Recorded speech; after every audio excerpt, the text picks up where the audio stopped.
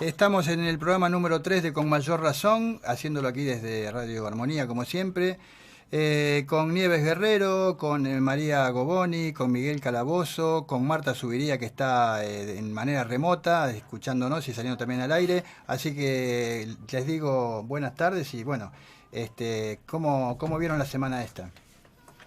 Bueno, los saludo a todos desde acá, espero que sean cada vez más oyentes, como decía Roberto, vaya a saber a qué hora nos están mirando. Lo que sí, compartimos la lluvia un poquito hoy con buena cara, como se dice, el mal tiempo buena cara, y de alguna manera agradeciendo por el tema de los incendios del sur argentino para que el agua sea en este caso una bendición.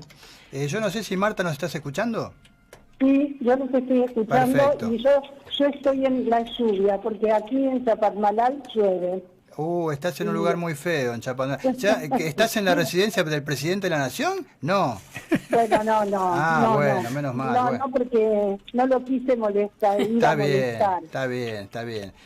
Vamos a tener un programita interesante, nos parece que lo hicimos con el mejor esfuerzo para los que nos están escuchando.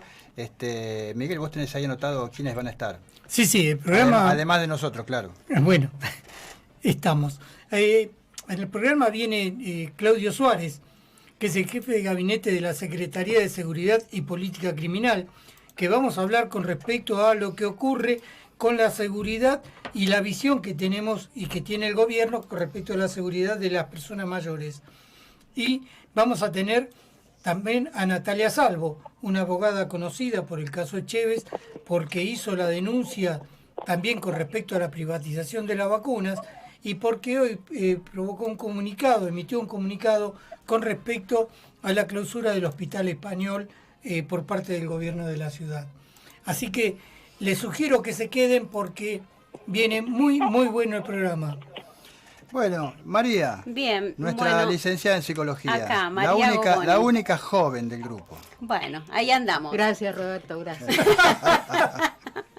Somos, lo que tenemos en común es que estamos envejeciendo todos, ¿sí o no? Claro, yo también estoy en esa. Como dice un amigo, me estoy muriendo yo, porque si me falta un día menos para morirme que mañana. O sea, técnicamente claro. es así. Va camino. Técnicamente es así. Después te voy a aclarar lo que dijo el doctor Cormillot, que tiene... digamos, ya... No me hablé, que me amargó la semana con ¿Qué él. pasó? Tiene autoridad para decirlo. 83 años. 82. 82. Y la mujer embarazada. La mujer de 34. ¿Y qué pasa con eso? Él explicó que es el viejismo. Estamos acostumbrados que para uno de 20 el de 30 es viejo. ¿Entendés? Entonces... No, y además porque... Para vos yo soy vieja yo porque le tengo llevo 2 años más. 14 años a mi compañera, le llevo y estaba preocupado. Digo, no será mucha edad. Este son 48 años. Claro. Le lleva más edad de la que tenés vos, María. Imagínate. Pero ¿qué pasa con los viejos en los medios? ¿No? En general, ¿están preparados, digamos, para ser cuidados ya? ¿Qué hacemos? Lo hospitalizamos, le ponemos un geriátrico pobre. El tipo hace jazz.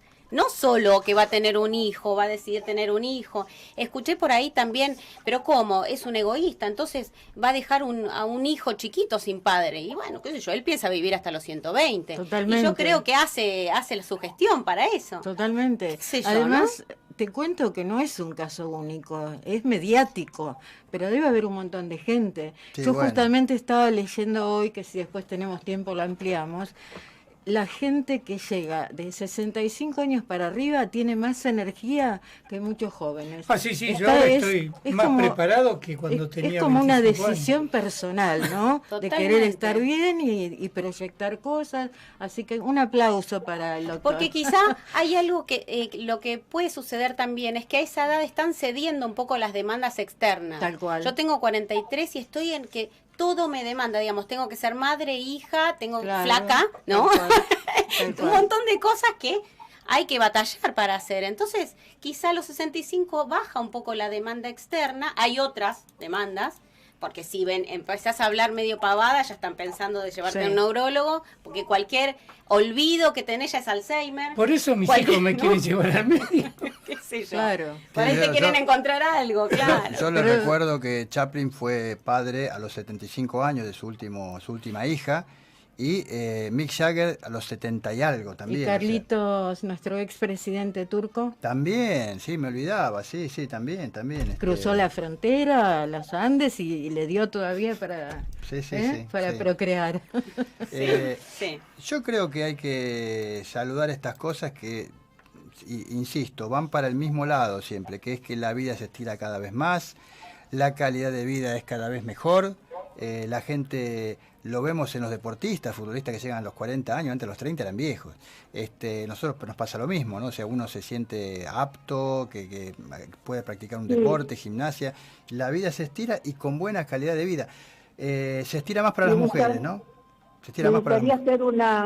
Hacer un comentario. Yo digo que es verdad lo que estamos comentando, que la vida se estira y que vivimos mejor, nosotros que tenemos posibilidades.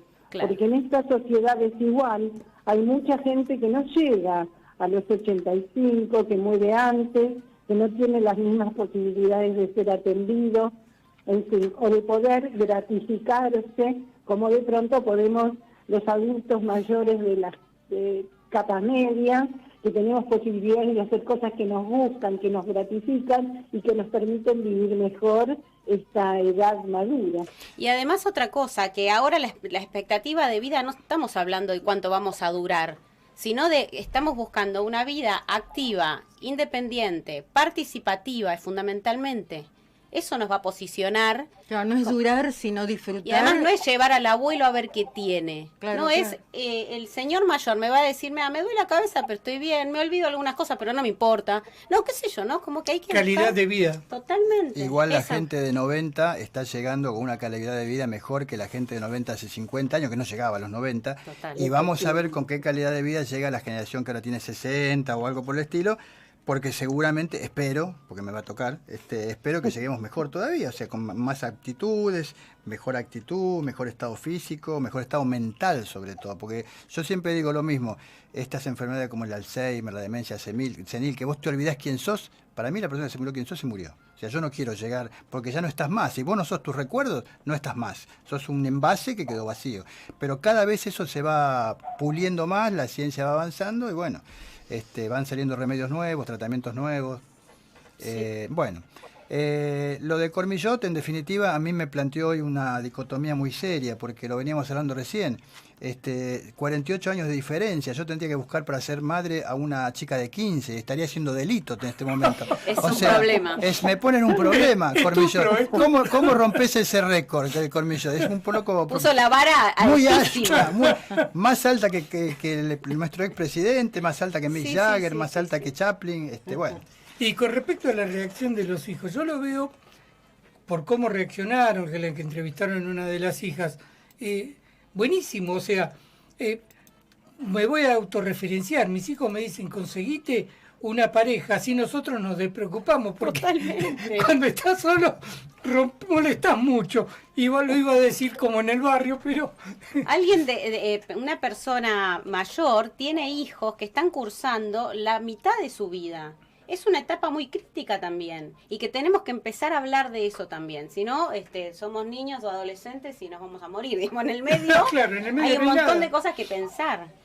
Sí, de todas formas es una opción personal de cada uno. Yo no sería padre a los 82 años porque esto que vos planteás de dejar un chico, yo no vería crecer a mi hijo muy probablemente. Cormillot en broma dijo, yo espero llegar hasta los 100, si todo va bien, porque no llega. Bueno, está bien, ojalá que se le cumpla a este hombre y a todos. Es que su papá superó los 100. Bueno, me parece bárbaro. Igual llegaría el hijo con 18 años, 17. O sea, yo quiero disfrutar la niñez y la adolescencia y acompañarlos cuando empiezan a volar en la primera juventud y están estudiando en la universidad o haciendo su vida. Entonces es una opción de cada uno, pero me parece muy bien que se pueda tener esa opción, ¿no? Es decir, imponerle a uno las opciones de uno al resto, como se ha hecho con tantas cosas como la ley de divorcio, el matrimonio igualitario, la despenalización del aborto, donde viene gente y te quiere imponer sus creencias a vos.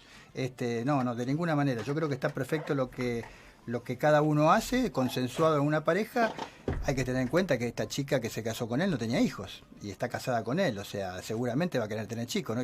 O sea, en algún momento iba a pasar. Dicen que lo tenían hablado. Así que bueno, cada uno tendrá su opinión sobre esto, pero la psicóloga me mira, o sea, yo creo que va a sacar un diagnóstico tan malo mío. No, porque cuando hablamos nosotros la miramos a ella. Te mira y anota. Sí, es grave. ¿Sabés que dijiste algo que me pareció muy interesante? Esto que te pasa a vos o otras personas que querrán seguir estando vivas aún con un diagnóstico de Alzheimer. Bueno, sí, hay otras cosas que hacer. Claro. Pero esto de qué somos si no somos el recuerdo. Claro. Y qué somos sin ese recuerdo, no solo recuerdo, sino que puede ser una narración de uno mismo. Uno puede identificarse en eso y contárselo a alguien. Claro. Si no, ¿con quién hablamos? Sino de quiénes somos. Bueno, a ver, parece que tenemos... Tenemos una comunicación, vos la vas a presentar, Miguel. Sí, hola, el que está en línea es Claudio Suárez, que es el jefe de gabinete de la Secretaría de Seguridad y Política Criminal Nacional. Buenas tardes, Claudio, ¿cómo estás? ¿Qué tal? ¿Cómo estás?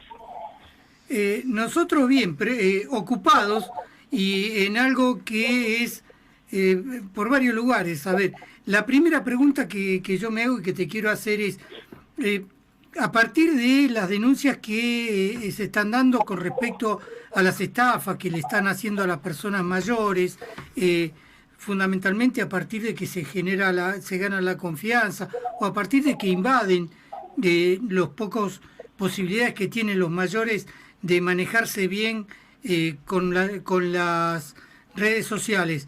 ¿Hay alguna política con respecto a eso desde el gobierno nacional para que no ocurra? Mira, bueno, lo primero es que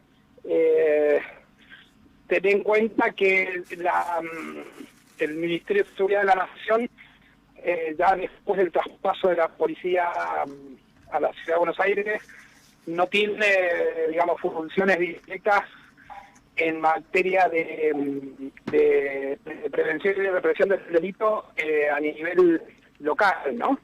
Es decir, el Ministerio sí promueve determinadas políticas que tienen que aplicar las jurisdicciones en relación con este tipo de delitos, y sí en el caso de lo que es el sistema financiero y particularmente la actividad bancaria, porque bueno, la actividad bancaria sí se rige con normativas que tiene el Banco Central y entonces que digamos que dispone el Banco Central, entonces ahí la relación es mucho más a nivel federal, ¿no?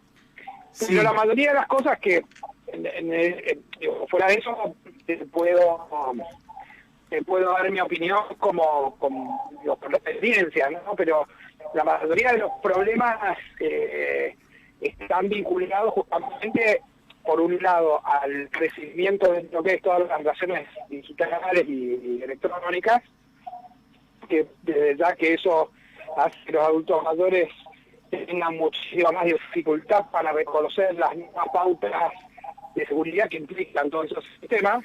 Esto se agudizó en una forma importante a partir de la pandemia, lógicamente, porque con el aislamiento físico se hizo imprescindible la utilización de estos medios, ¿no? Sí, de golpe... Roberto Lago te saluda, Claudio. De golpe los adultos mayores se vieron empujados por la cuarentena a una jungla que no manejan, ¿no? O sea, manejar un correo electrónico es una cosa elemental, pero que te llegan correos con phishing para pescar tus datos, que te piden que pongas contraseñas de datos, etcétera, y realmente se encuentran en un problema en tema de seguridad que es nuevo, porque antes pasaba con los que no somos tan mayores, pero ahora pasa mucho también con ellos que no saben, que no tienen que poner una contraseña. Yo no sé si hay alguna política de ustedes en materia de difusión, en materia de propaganda, de alertar a la gente. Por eso te decía que de acuerdo a los niveles donde nos toca la competencia. Claro. En el caso del sistema financiero, lo que sí se hizo durante todo este tiempo, ya se venía haciendo, pero digamos se fortaleció, es pedirle a la autoridad regulatoria que exija a las entidades un mayor celo en la transmisión de la información. Ustedes habrán visto que mediando la pandemia, mediando el aislamiento, digamos, se incrementó mucho los avisos sobre el tema clásico, ¿no? Que es la advertencia para que no se den los datos que los bancos no te van a pedir los datos por vía electrónica, los datos de tu contraseña y tu usuario, ese tipo de mensajes, ¿no? Porque por otro lado, el sistema financiero, hay que decirlo también, no es un tema de esta etapa, digamos, por eso se hace mucho más necesario profundizar esa política. El sistema financiero tenía una actitud frente a la estafa, en general una conducta frente a la estafa que más privilegiaba la cobertura por vía del seguro que la situación particular de los clientes, ¿no? El sistema financiero no es de los sistemas o del campo, digamos, comercial más amigable, ¿no? Más sensible. Más sensible, no es el más sensible, claro. Entonces siempre, eso me tocó verlo hace unos años, digamos, no se reunía por el tema estafa y muchos especialistas que mostraban cómo el nivel de estafa era un nivel absorbible para las entidades financieras, por lo tanto, digamos, mientras vos pusieras uso de los recaudos contractuales que te ponían, pero recaudos contractuales que a veces son muy difíciles de mantener para una persona mayor. Por ejemplo, el caso que siempre señalábamos con las tarjetas, ¿no? Claro. Uno, bueno, puede estar atento todos los días a ver si tiene su tarjeta, si no la ha perdido, si no la ha extraviado, no se la han hurtado, pero por ahí una persona mayor pasa 3 o 4 días sin verificar eso, ¿no? Seguro. Y sin embargo, eso puede implicar que al haber habido un uso indebido o una estafa, directamente tenga que asumir los cargos. Si vos lo llevas esto a los medios electrónicos, la situación es mucho peor, ¿no? Porque aquí, digamos, con la necesidad de acceder a los saberes, por ejemplo, los saberes jubilatorios, todos tuvieron que cambiar o pasarse a medios electrónicos, ¿no? Yo creo que en este sentido sí también hay que apelar a la necesidad, que es una necesidad ya general, del acompañamiento, ¿no? Para los adultos mayores. Y eso es una responsabilidad tanto familiar como en algunos casos también del Estado, que tiene que experimentar sistemas de acompañamiento, sobre todo para las personas que están más solas, que no tienen familiares que les puedan asistir en este caso, porque realmente es el antídoto mayor. Bueno, lo que pasa para nosotros, mis hijos asesoran a sus abuelos, ¿no? Sí, claro. Permanentemente. Claro. Ahora, Claudio, cuando ustedes se toman en contacto con las entidades bancarias, con el sistema financiero, para exponer estas inquietudes en cuanto al cuidado de los mayores, de los jubilados, gente que ya no puede manejar bien un cajero automático o que tiene problemas, que necesita ayuda, ¿cuál es la respuesta de las entidades? Hablábamos que no son el sector más sensible. ¿Qué responden? ¿Hacen algo? ¿Implementan alguna medida? ¿Prometen y los patean para adelante? Las entidades del sector público que están bajo, digamos, que han cambiado la gestión, aunque es un proceso que lleva tiempo, porque son instituciones que están, digamos, que tienen también esos procesos burocráticos difíciles de saldar, están en proceso de cambio en ese sentido, porque cambia la política. Por ejemplo, desde el punto de vista del Banco de la Nación, que tiene ahora un presidente que bueno, al lado de González Frenaga, es un lujo, ¿no? Sí, claro. Absoluto. Y que ha ido desandando muchas de estas cuestiones, por ejemplo, no solo temas que tienen que ver con el uso, con lo que serían estafas, sino, por ejemplo, con los cargos comerciales sobre los paquetes de servicio, ¿no? Claro. Sí. Eso el Banco de la Nación lo ha reestructurado todo, ha reestructurado también, ha ofrecido otro tipo de opciones ya más vinculadas a otro enfoque de la economía y del crédito, pero tanto los bancos públicos, en este caso Nación, y la autoridad regulatoria, es a través de la cual, digamos, se puede presionar a las entidades financieras privadas, ¿no? Y ahí pesa, digamos, ahí hay 2 cosas que tienen que funcionar. Uno, las multas y las sanciones, y en este campo tienen que ser sanciones pecuniarias, porque eso es lo que... lo único que les duele.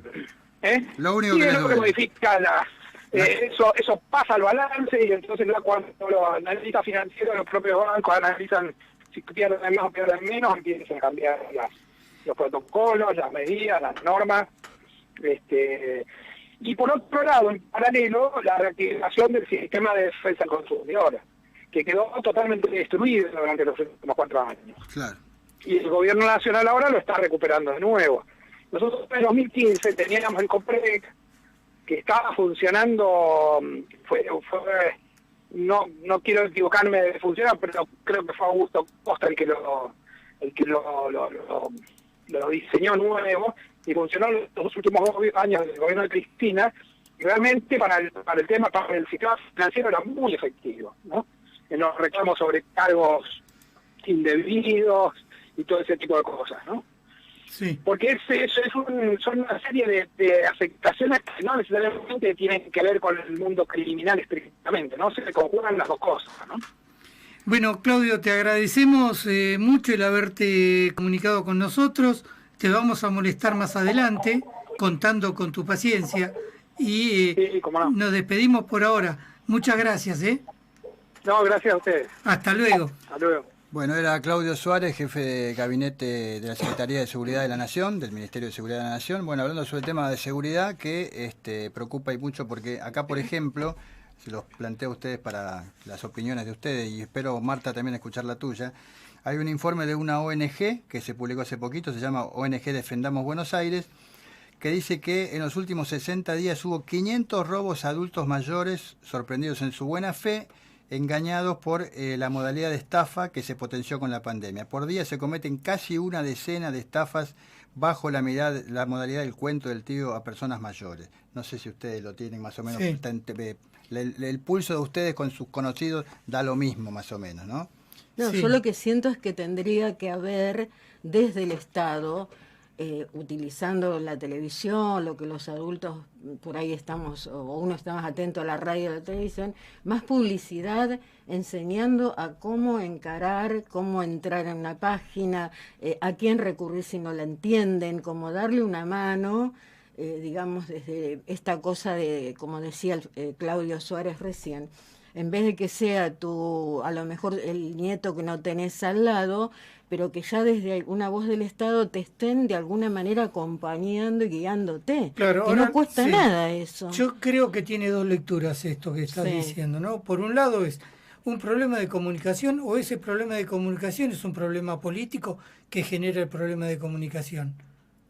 ¿Por qué ¿Soy claro en la pregunta que ¿Por estoy qué haciendo? político decís? Y porque el problema de comunicación se ve en un amplio espectro, Sí. ahora un poco menos, pero se ve en un amplio espectro con respecto a las políticas del gobierno nacional. Y de lo que decía el propio Suárez, me parece que surge que el Estado está un poco retirado, ¿no? Claro, o sea, pareciera. solamente manejan los organismos públicos, Banco Nación, provincia, y la jungla financiera en la que están la mayoría de los jubilados es muy grande. Sí. Hay un banco, que no lo voy a nombrar para no hacerle propaganda, pero igual le voy a hablar mal, así que no sé si es propaganda, que se creó... Que es el banco que maneja a todos los jubilados. La mayoría, porque en la Sí. época de los 90, entre sí. gallos y medianoche, se le Que es fueron... un instrumento musical. Exactamente. Sí, que no es la guitarra. Una casa, Y el arpa. Tiene teclas. una casa de cambio era muy conocida, que se transformó en banco.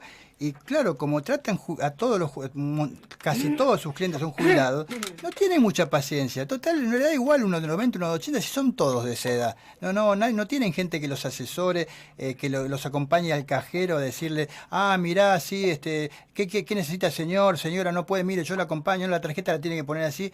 No, se lavan bastante las manos. Te cobran, te mandan publicidad Y te engañosa. destratan. Y te mandan publicidad engañosa. Bueno, eso es maltrato. Claro. Es lo que estás diciendo. Claro. Eso es maltrato. Y el Estado está ausente. Ujú. A mi vieja, hace un año atrás, no estábamos en pandemia, un poco más, 2 años atrás, le mandaron una publicidad y ella fue al banco y, ¿cómo es? Y señora, usted no tiene por qué esperar hasta el día de cobro, usted ya el día 14, creo que 13, 12, puede ya cobrar, ya se le acreditamos, usted, ¿y cómo hago? Tiene que poner acá, bla, bla. Resulta que de los días que desde que le pagaban hasta el día de cobro, le cobraban los intereses. Era como un préstamo, Claro, como un adelanto. como un préstamo, exactamente, sí, pero nunca le dijeron eso. Estafa. Y bueno, Y claro, así. pero demostráselo.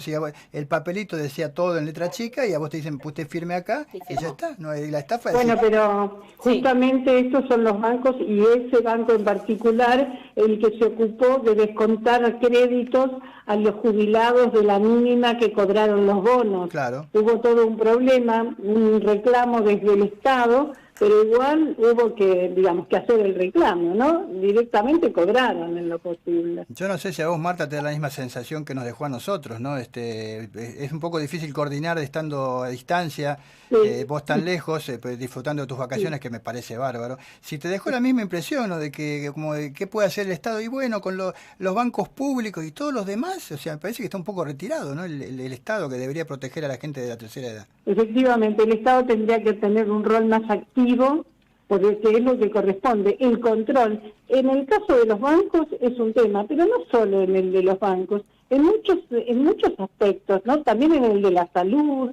en fin, en muchas cosas debiera el Estado tomar un rol más activo. Claro. Sin duda, el marco de la pandemia lo debe hacer más complejo, pero yo creo que tendría que empezar a moverse un poco eso. Bueno, tal vez de algún modo estamos haciendo un aporte para que si alguien nos escucha, se ponga a trabajar con más ahínco en estos temas. Esperemos, ¿no? Que sí. Y además que se investigue a fondo, porque a veces hay complicidades bancarias, complicidades policiales, complicidades de muchos sectores. Hay muchos delitos con respecto a esto, ¿eh? Yo me recuerdo hace poquitos años atrás a una señora que era familiar mía, familiar de mi cónyuge en ese momento, que la llamaron del banco, una señora italiana que cobraba la pensión en el banco que existía en aquel momento, que cobraba su pensión en euros de Italia, la pensión de ella y la pensión del marido. Y la llamaron, pero la señora fulana de tal, efectivamente era el nombre, la llamó el banco tal, porque usted acá tiene una cuenta de tal a tal, era exactamente la cuenta, estoy acá con su hermano, y le dan el nombre del hermano, y con su cuñada, y le dan el nombre de la cuñada, eran exactamente todos los nombres, porque se van a pasar, todos los euros se vencen, usted tiene que venir a hacer el trámite, pero si usted no puede, su celular me lo dio su sobrino fulano, le vamos a mandar personas a su casa ahora que usted le firma, Y bueno, hasta desconfió, una señora mayor, muy limitada, que ni siquiera hablaba castellano, desconfió, hablaba el idioma de la región de Italia de la que ella era, la región del Molise, ni siquiera hablaba italiano. Desconfió, le colgó, cerró la puerta, al rato le golpearon la puerta, no atendió, pero a otra gente no tuvo esa desconfianza y creyó, no, se me dan todos estos nombres. Terrible. ¿Quién le dio todos esos datos? Terrible. Pasa mucho, ¿eh? Hay gente adentro de los Bueno, bancos. pero sí, por supuesto que pasa y pasa porque no nos llegan a todos nosotros mails ofreciéndonos cosas o nos llaman por teléfono, Claro, ofreciéndonos servicios. De algún lado salen esos teléfonos, esos mails, claramente. Hay un circuito, digamos, subterráneo por donde se compran y venden Los datos, claro. estos pliegos con informaciones, ¿no? Exactamente. Sí. Esperemos que esto mejore. Lamentablemente con la pandemia empeoró. Pero bueno, la pandemia en algún momento terminará y esperemos que el Estado intervenga como debe intervenir. Es complicado, ¿no? Porque se remiten a los distritos, la seguridad es cosa de cada distrito. En la capital federal ya hablamos y vamos a seguir hablando de cómo han privatizado el esquema de vacunación. Hay afiliados de hospitales como el británico, el alemán, el italiano, que teniendo 80 años ya se pueden jubilar, jubilar y vacunar, porque llaman y tienen turno. Y hay gente mientras que sean socios.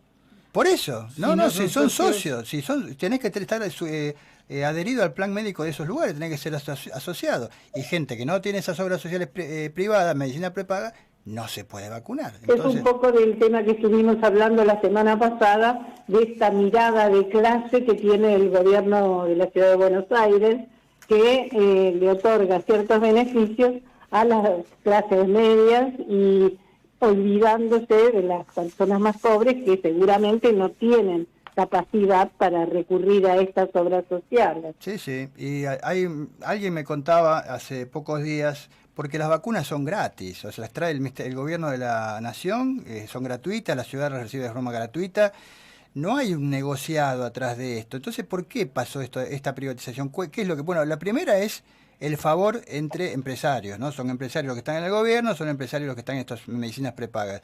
Y lo segundo es que la ciudad, para ir al ritmo de vacunación muy bueno que lleva la provincia adelante, tenían que implementar la puesta en marcha de vacunatorios que no tienen. Tenían que pagar horas extras al personal de salud con el cual están en conflicto porque no le pagan lo que corresponde, no le reconocen determinadas cosas. Y además no reconocen a los enfermeros como una claro, carrera terciaria. Claro, ejemplo, y además encima de eso tenían que contratar más gente, que fue lo que hizo la provincia de Buenos Aires. Ante todos esos gastos dijeron, mira, no, se lo damos a los privados. Podrían también haber accedido a los vacunatorios de PAMI y no quisieron hacerlo. No, y ahora vamos a estar hablando, si logramos comunicarnos con la abogada Natalia Salvo, que fue la que denunció al gobierno de la ciudad por esta privatización encubierta del sistema de vacunación, porque ahora, y se lo vamos a preguntar a ella, ahora está diciendo el gobierno de la ciudad al PAMI que no pueden darle vacunas al PAMI porque como está judicializado el tema y hay una denuncia, no pueden modificar nada, entonces no le pueden dar. Y esa comisión que crearon con el PAMI para ver dónde le dan y cuántas vacunas para que vacunen a los afiliados del PAMI está trabada por esta denuncia judicial, lo cual yo creo que la verdad me parece muy difícil que sea cierto. Todas son excusas, ¿no? Sí, de hecho cuando ellos generaron en el Luna Park y... que fue el otro lado que juntaron en la sede de San Lorenzo. En la sede de San Lorenzo juntaron ese amontonamiento, salió Quirós a decir, no, los mayores, gente mayor de 80 años, por mejor movilidad que tenga, fueron acompañados, o sea, la culpa es del otro. Justamente tenemos en línea telefónica a la doctora Natalia Salvo, abogada que fue la denunciante de esta privatización que ha hecho sobre las vacunaciones el gobierno de la ciudad. Natalia Salvo, Roberto Lago te saluda, muy buenas tardes. ¿Qué tal? ¿Cómo estás, Roberto? Bien, bueno, estamos acá en este programa que está orientado a la tercera edad, que fue la principal perjudicada por esto que denunciaste penalmente en su momento, hace pocos días. Esta privatización que llevó a cabo el gobierno de la ciudad entregando vacunas a medicinas prepagas, cuando en realidad debería haber hecho en lugares estatales, públicos, accesibles para todos. Efectivamente, y fíjate hasta qué punto perjudicó a la ciudad, que de alguna manera el gobierno de la ciudad de Buenos Aires sigue teniendo de rehenes a los adultos mayores que no solamente no tienen la vacunación, sino que se los priva de tener los pocos y escasos centros de salud que el gobierno de la ciudad de Buenos Aires mantiene. Y esto lo digo específicamente en función de lo que pasó con el hospital con el hospital español, claro, en donde hay más de 70.000 afiliados que son atendidos y que pertenece a PAMI. Claro. Para remontar un poquito la situación, el orden de vacunación ante la escasez de esta vacuna, que por supuesto es un bien social y es adquirido por el gobierno nacional, hace que sea necesario establecer un orden de prioridad. No hay 44 millones de vacunas. Ese orden de prioridad está establecido en una norma que es federal y que todos tienen que cumplir, las provincias, la Ciudad Autónoma de Buenos Aires. Es una norma que surge del Ministerio de Salud que dice, en base a la exposición al virus, a la peligrosidad, quiénes deben ser los primeros que deben recibir las vacunas. Desde ya que los primeros son los integrantes o los agentes de salud del sistema público y privado, los adultos mayores y recién después, por ejemplo, los docentes. El gobierno de la ciudad de Buenos Aires lo sabrán que no terminó de vacunar a su personal de salud. No, claro. Y tampoco, y con todo el colapso que generó a la apertura tardía y extemporánea del registro de vacunación para mayores de 80 años. ¿Por qué sucedió esto? Y porque hay 60.000 vacunas de las más de 200.000 que le dio el gobierno nacional que no se saben a dónde están. Y eso es el motivo también... ¿Qué cantidad, perdón, Natalia, qué cantidad? Más de 60.000 vacunas que no hay la famosa trazabilidad, que es decir, ¿para dónde fueron esas vacunas? Que tiene que estar en un registro público y tienen que estar registrados, justamente no se saben a dónde fueron. ¿Estamos hablando de vacunas que iban para la ciudad o en general para todo el país? No, las vacunas la cantidad de vacunas a la ciudad son más de 200.000. Que recibió el gobierno de Cava. Claro. Más de 200.000. Claro, 220.000, pero es un número desactualizado de la semana pasada, entonces no sé si en la última partida cuánto han recibido. Pero ya con ese número desactualizado había 60.000 vacunas que no se sabían a dónde habían sido destinadas, que es justamente las 60.000 vacunas que no figuran como vacunados. Claro. Entonces, la denuncia es justamente por las contrataciones privadas que hizo el Ministerio de Salud del Gobierno de la Ciudad de Buenos Aires por indicación de Larreta con prepagas y con obras sociales. Esto no es un invento porque el mismo Quirós y el mismo Larreta reconocen la existencia de estas contrataciones privadas. Pero con la impunidad comunicacional, con la impunidad de gestión con la que se manejan, creo que supusieron que iba a pasar por alto, porque no se puede hacer una contratación privada por un bien adquirido por el Estado Nacional y que tiene que cumplir un orden de prioridad, ¿sí? Entonces, cuando, por ejemplo, llegaron las primeras dosis de Sinopharma, dijeron que no iban a empezar a vacunar a los docentes porque tenían que terminar de vacunar al personal de salud. ¿Y por qué no habían terminado de vacunar al personal de salud? Justamente porque esas vacunas las tiene el sistema privado. Un sistema privado que no vacuna a cualquier médico y que ayuda al Estado a vacunar. Un sistema privado que para poder aplicarte la vacuna vos tenés que acreditar que sos socio. Claro. Con lo cual el porteño, la porteña que tiene la posibilidad de pagar 15.000 pesos una prepaga, es un ciudadano de primera, y el porteño que tiene que, entre comillas, caer en la salud pública, pues bueno, es un ciudadano de segunda. Natalia, ayer Martín Rodríguez, que es subdirector ejecutivo del PAMI, hizo unas declaraciones públicas en las que decía que ellos hicieron una comisión con el gobierno de la ciudad, el PAMI, el gobierno de la ciudad, para que acuerden cómo, cuándo y en qué forma les iba a dar la ciudad al PAMI vacunas para que empiecen a vacunar a los afiliados del PAMI en la ciudad. Y lo que les dijo la ciudad, esto es en declaraciones públicas que hizo el Destape Radio, lo que les dijo la ciudad es que como hay una denuncia, está todo judicializado, no pueden modificar nada. O sea, más o menos como que le echaron la culpa a la denuncia, te echaron la culpa a vos. Bueno, es que ahí está el tema. El gobierno de la Ciudad de Buenos Aires siempre lo que hace es echarle la culpa a un tercero. Sí, sí. O cuando aumenta los impuestos, o cuando aumenta el impuesto al consumo, o cuando reduce más de un 10% del presupuesto de educación, de salud. Ahora tenemos un gobierno de la ciudad que no se puede hacer cargo de absolutamente nada, pero sube los impuestos. Es sí, un claro. ABC. Uno paga impuestos para sostener al Estado y el Estado tiene que hacerse cargo de los bienes fundamentales, de los derechos fundamentales para una sociedad, que sin discusión es la salud y la educación. Digo sin discusión porque aquellos que creemos en un Estado social de derecho vamos a incorporar otros derechos de segunda generación, el trabajo, los bienes sociales, culturales, etcétera. Ahora, no hay discusión respecto de la salud y la educación pública. Fíjate que son los dos grandes flagelos del gobierno de la Ciudad de Buenos Aires. O sea, nos aumentan los impuestos, desfinancian el presupuesto y la educación. ¿A dónde se va ese dinero? Entonces, la verdad que no, eso es una absoluta mentira.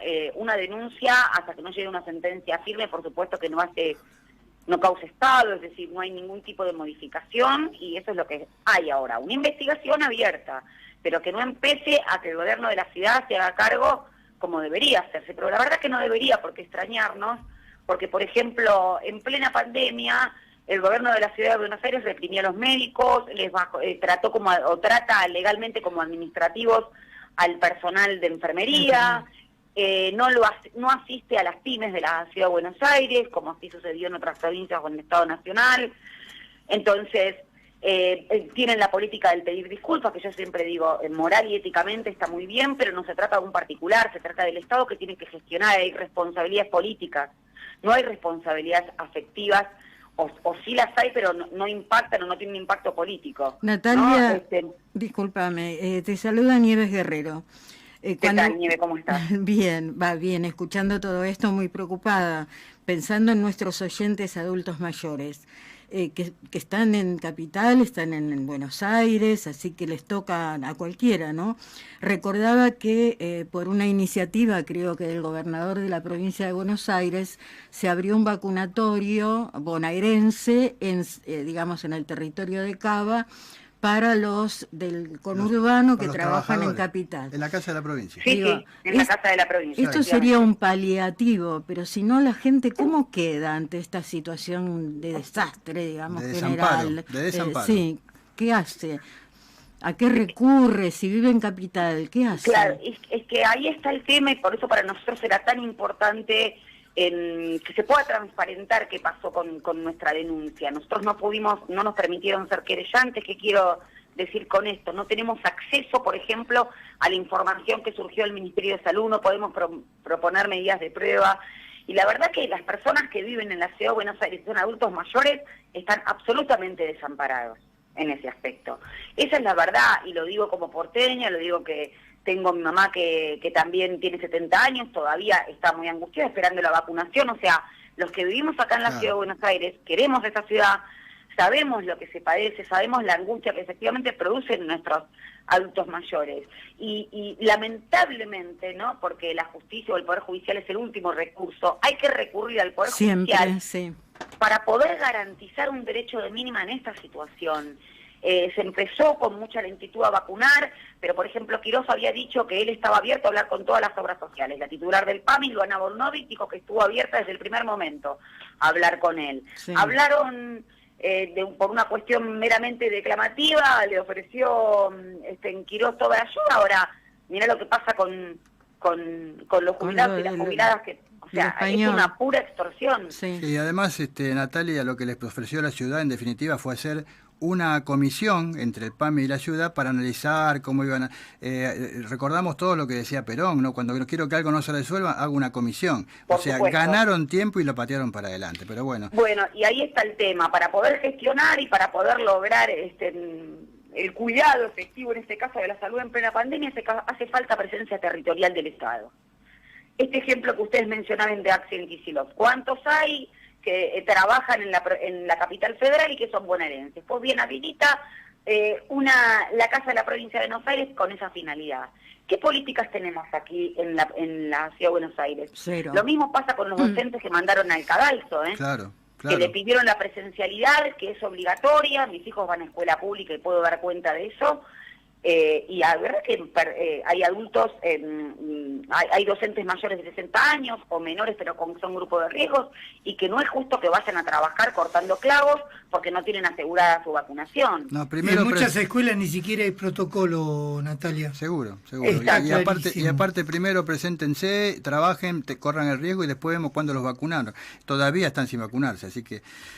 Natalia, yo te quiero agradecer, nos quedamos muy preocupados con este tema, en función de cómo avance la causa, probablemente te molestemos más adelante de nuevo, te llamemos de nuevo, pero te queremos agradecer por habernos puesto al día con este tema que realmente es muy preocupante. No, por favor, gracias a ustedes.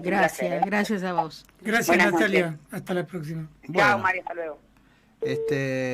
Bueno, estamos todos preocupados, ¿no? Sí.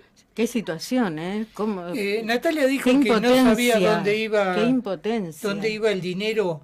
Es sencillo. En algunos lugares hacen veredas, en otros lugares plantan macetones. Y después vuelven a hacer la vereda. Claro, sí, la que ya la hicieron, la vuelven... Pero y a la otra semana también. Pero claro, esa es una vieja política peronista. Todas esas obras, todas esas obras los hacen... el parque. Esas obras las hacen en las zonas más desfavorables de Buenos Aires, por ejemplo en Palermo Sojo. Sí, claro. En esas zonas se hacen porque para que la gente... como uno pueda ir a la vereda y te está resguardado. No, es que tomar mate, son confiterías importantes. No, le hacen las veredas para... hace mucho que no vas por ahí vos. Hacen las veredas para que los lugares más elegantes puedan tener las mesas en la vereda, porque los adentro... deck, es como deck, exactamente. En las escuelas bajaron... ¿Qué haríamos sin eso? Bajaron la vianda, bajaron la calidad, bajaron la cantidad y bajaron el control. Ha habido escuelas que tienen la vianda podrida, han recibido y muchos casos. Bueno, hay escuelas donde los docentes se organizan para armar fondos, para comprar mercadería, para aportar, porque es tan escaso lo que llega en esas viandas, que bueno, es una manera de darle algo a esas familias que las necesitan realmente. ¿Cómo no va a ser escaso si bajan el presupuesto permanentemente? Los viejos sándwiches que alguna vez fueron de jamón y queso, hace ya años que son de queso. Es impresentable, es impresentable. ¿Y de quesos que son de dudosa... De dudosa procedencia y de dudoso estado, además, yo ¿no? la pregunta que me hago, porque Natalia Salvo decía que nosotros creemos en un Estado fuerte, que participe en lo social y qué sé yo. Evidentemente el Estado, la visión que tenemos nosotros del Estado no es la misma que tiene el gobierno de Cava, ¿no? No es la misma que tiene buena parte del Estado. Marta, yo sé que vos vas a estar muy pendiente la semana que viene de lo que va a pasar con el 24 de marzo, 45 años del golpe. Va a haber una actividad muy importante, pero vamos a poner un separador para alejarnos de este tema y ya volvemos con todo, con eso y con otros temas más. Queremos seguir cambiando el mundo para nosotros y con mayor razón para los que vienen detrás nuestro. Porque tenemos ganas de vivir y porque después de todo, la edad es lo de menos.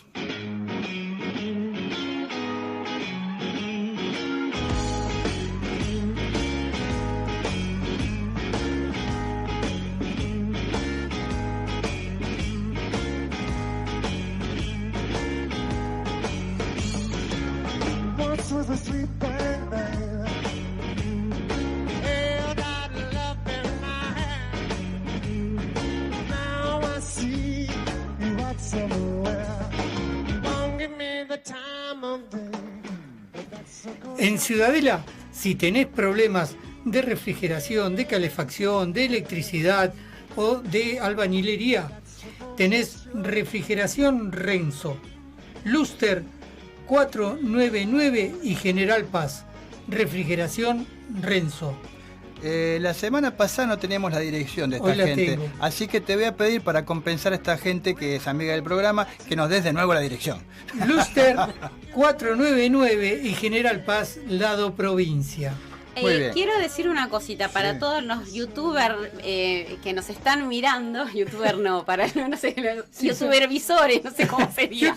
Bueno, esta gente nos está mirando, está muy preocupada porque estamos sin barbijo, pero yo quiero mostrar esto. Yo estoy a más de 1,5 metros de mis compañeros, todos, ellos también, todos. Y estábamos analizando que el virus no era que pesado, nos vienen enseñando toda esta pandemia que es pesado, que cae, no es que está flotando, y además en la pausa nosotros hacemos una ventilación. Está todo bien, señores. Sí, y si no, nos contagiaremos. ¿Qué vamos a hacer? No, nada. Somos jóvenes, a los jóvenes no les pasa nada. ¡Juira, bicho, juira! Bueno, vamos a volver un poco a la seriedad, porque Marta, vos nos vas a contar de todo esto que va a pasar. Una de las cosas que se va a hacer, que es el siluetazo en San Martín, ¿cómo va todo eso? Poco quería retomar el tema que hablábamos hoy, más temprano, diciendo que nosotros somos el recuerdo y la importancia que tiene para nosotros y para las generaciones que vienen, que podamos transmitirle esos recuerdos para que la vida mejore, para que las cosas no se repitan y para que sepamos de dónde venimos. Y justamente en San Martín, en el municipio, me refiero al municipio de San Martín, en el Gran Buenos Aires, que está lindante con Cava, todos los años se trata de recordar el 24 de marzo con muchas actividades. Este año no va a estar la marcha ni la vigilia, que es lo que habitualmente se hace en la zona, pero durante toda la semana previa se van a realizar actividades. Y yo después voy a colgarlo exactamente en el blog para que todo el mundo sepa día y horario, pero se van a hacer actividades muy importantes, como por ejemplo que en la Plaza Mitre de Chilaver se va a hacer un recordatorio a las víctimas del Centro de Detención de Automotores Orletti. Se va a hacer entre el 21 y el 23 de marzo en distintas plazas y sitios del municipio. Se va a recordar a los desaparecidos de la zona. Se hace el siluetazo, que es una actividad que organiza la Comisión por la Memoria y la Justicia, Verdad, Memoria y Justicia de San Martín, y con esa actividad se pegan en árboles o en distintos lugares o paradas de colectivo. Se pegan siluetas de tamaño natural a las que se le pone el nombre de las personas desaparecidas en la zona, su edad y en qué circunstancias desaparecieron. Se intenta hacer pequeños actos. Este año lo que se pide a todos los asistentes a los distintos actos es que todos vayan con barbijo y que traten de mantener la distancia requerida. Además, el día 24 se va a hacer una actividad muy importante que se llama Plantamos Memoria. Eso te iba a decir. Y en distintas plazas pero se hace en todo el país, así que yo digo, en todos lados, en donde quiera que uno esté, trata de acercarse a las plazas o de averiguar, a ver en qué plaza se va a realizar. Se hace la actividad Plantamos Memoria y se van a plantar 30.000 árboles recordando a nuestros desaparecidos. Marta, el sábado 20 a las 17 hay una muestra fotográfica en Plaza Almagro, más pañuelos para colgar. El martes 23 a las 20 horas iluminan las baldosas con velas. Esas son las actividades que se fueron programando. El miércoles 24 mismo a las 16 en Plaza Boedo, para plantar un árbol también, como vos decís, en el marco de esto, de los 30.000 que se van a plantar. Déjame que agregue, que explique a los... Siempre puede haber algún distraído que esta plantada de árboles que están promoviendo todos los organismos de derechos humanos se lleva a cabo en estos 45 años del golpe, se lleva a cabo por justamente la distancia social que impone la pandemia, que no permite que se haga la marcha que se hacía habitualmente. Ya el año pasado tuvimos ese problema, ahora este año directamente se optó por hacer una actividad que permita hacerse al aire libre y con distancia social y todo eso. Y la verdad que hablábamos de los recuerdos, como estabas recordando vos recién, Marta, y pasa que ya son 45 años, imagínate vos que cuando fue el golpe militar, María, nuestra compañera, no había nacido todavía, por lo tanto van naciendo nuevas generaciones a las cuales es necesario contarles lo que pasó, explicarles todo lo que pasó, lo que fue el genocidio, lo que fue la dictadura. Y esto de genocidio no lo digo yo, hay un fallo de la Corte Suprema de Justicia que avala que fue un genocidio en el juicio de las juntas militares. Recordar todo eso porque, viste, cada vez empiezan a aparecer voces que te empiezan a decir, bueno, pero en aquella época había orden, había seguridad, o sea, lo que siempre pasa, ¿no? Empiezan a salir los que estaban agazapados esperando que pase el tiempo, que las cosas estén mal en democracia. Por eso mismo es que yo sostengo la necesidad de la memoria. Claro. Y la necesidad de contarle a nuestros nietos, a nuestros vecinos jóvenes. No, y además, Marta, en el mes de la mujer también pensar en el actor social que fueron madres, que fueron y son madres y abuelas de Plaza de Mayo, ¿no? Exactamente. En el punto de mujeres, por supuesto que había hombres, pero quiero decir, el fuerte, reunidas en comunidad, en donde ya no buscamos a nuestro hijo, al de uno, al particular, sino al hijo de, al de todos. Al hijo de todos. Es importante buscar el hijo de todos. Ese entramado social que se armó ahí es de una grandeza que incluso es discutida en muchos países. Y vos sabés, hoy justamente recibí un video que se llama Pañuelito Blanco y que es de canticuénticos y que un poco cuenta la historia de los pañuelitos blancos a los niños, porque es importante sostener la memoria justamente. Sí, pensemos que más allá o más acá, ¿qué ocurre con alguien que nació en democracia y que no vivió el horror que nosotros vivimos y que si nosotros no somos capaces de mostrarle a esa persona el horror que ocurrió, los crímenes de lesa humanidad, que tienen un justificativo económico y todo, pero pensemos en eso, que nos estamos olvidando de la historia, el recordar lo que ocurrió, ¿no? También aporta la memoria el hecho de que se están realizando los juicios. En este momento se está llevando adelante, entre otros, el juicio de los vuelos de la muerte de Campo de Mayo, y bueno, y como eso también sostiene la memoria, y además lleva a los culpables a la cárcel, que es lo que se espera que suceda. Bueno, la semana que viene, si es posible, vamos a estar haciendo un programa especial sobre el tema del 24 de marzo y el golpe, así que seguramente vamos a tener más material, entrevistas y todo esto. Yo, antes que nos tengamos que despedir, le quiero mandar un gran saludo a Pablo Rocha, que nos escribe desde el barrio de Almagro, que nos está escuchando y que pidió que le dediquemos el tema de Stevie Ray Vaughan que estaba sonando. En realidad era el fondo de la cortina. Quiero saludar a mi mamá y a mi hermano también, que me están viendo y escuchando. Muy bien, bueno. ¿Alguien más? Sí, el ganador de las entradas para Te Invito. Sí, para la obra de teatro que para se llama la obra Te de Invito. teatro es Ezequiel Monzón. Bueno, de esta semana. Se comunicará Muy usted bien. con él. Entonces. Bueno, Sí, perfecto. la producción se va a comunicar. Sí. Muy bien. O sea compañeros. usted. Bueno, gente, Marta, te mandamos un abrazo virtual y acá los que estamos acá sentados, nos despedimos Nos hasta la semana sacamos que los viene. auriculares y nos ponemos al Hasta la barbijo, semana gente. hasta la semana que viene. Hasta la entonces. próxima. Chao, Hasta luego. Marta. Chao, Marta.